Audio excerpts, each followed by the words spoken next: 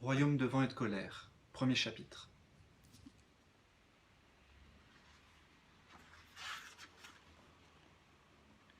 La tenancière de la roue de fortune me précède dans l'escalier.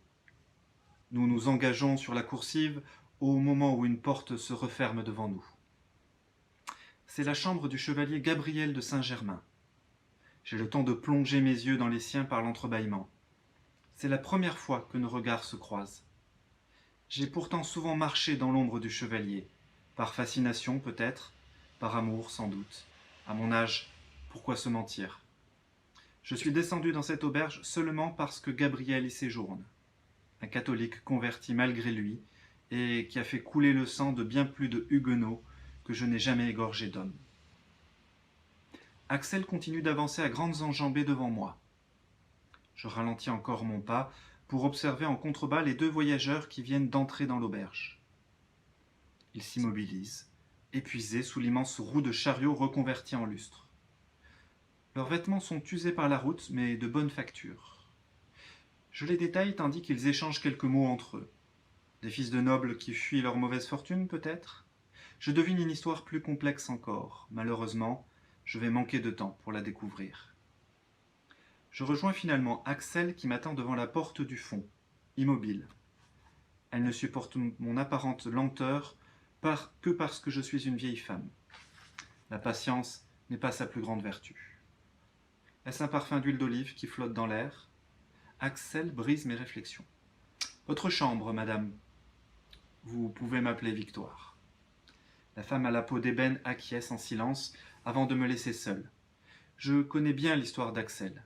Son enfance dans les rues du Panier, sa carrière de lansquenet, son retour à Marseille où elle a racheté la roue de fortune pour s'installer avec Gilles, son compagnon et lieutenant. Nous avons hésité à l'approcher avec la guilde. Elle aurait fait une recrue de premier choix. J'ai émis des réserves sur sa capacité à adopter nos méthodes. C'est une chose de tuer en plein combat, c'en est une autre d'assassiner un homme dans le dos dans une ruelle sombre. Trop sincère, trop entière. Je ne pense pas qu'Axel serait capable de vivre avec des remords. Je pousse la porte qui s'ouvre sur une chambre étroite avec une seule fenêtre. Je m'en approche pour écarter les volets. Le mistral qui souffle avec force me rend la tâche peu aisée, mais les deux battants de bois cèdent finalement. L'odeur salée des embruns emplit immédiatement mes narines. Un gabion sur le toit d'en face me dévisage, surpris. Ses cris rompent brutalement le silence nocturne. L'oiseau se tait enfin quand il comprend que je ne suis pas une menace pour lui. Les rues en contrebas sont désertes. Je m'appuie sur la balustrade pour pencher davantage la tête dehors. Le vent siffle bruyamment dans mes oreilles. J'aperçois la lune gibbeuse qui reflète sa lumière fade sur la mer. Marseille dort. Je referme les volets.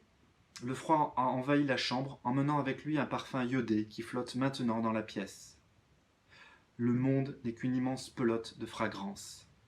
La guilde nous apprend à en démêler un à un les fils, à les reconnaître, à écarter les inutiles pour n'en garder qu'un seul, celui que nous devons défaire.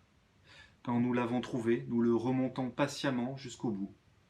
Enfin, nous tranchons ce nœud si fragile qui relie notre victime au monde. Je m'assois sur le tabouret devant la cheminée qui crépite. Je tends vers le feu mes doigts tavelés par le temps. Ils sont tellement glacés que la chaleur les réchauffe à peine.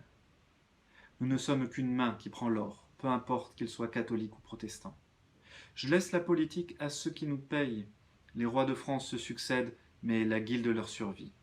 On ne tranche pas le bras qui tient le poignard, au risque qu'il se retourne contre vous.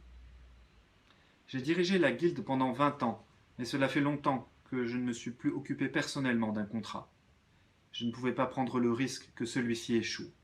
Les enjeux sont trop importants. J'ai soudoyé Pierre de Liberta, le capitaine de la porte royale, qui attend mes instructions. Silas, mon cher turc et lieutenant, s'apprête à saboter une des murailles de la ville avec ses hommes. Si tout fonctionne comme je l'ai prévu, cela devrait détourner l'attention de la milice et me laisser le champ libre pour mener à bien mes plans. Dans quelques heures, le consul sera mort et la République de Marseille avec lui.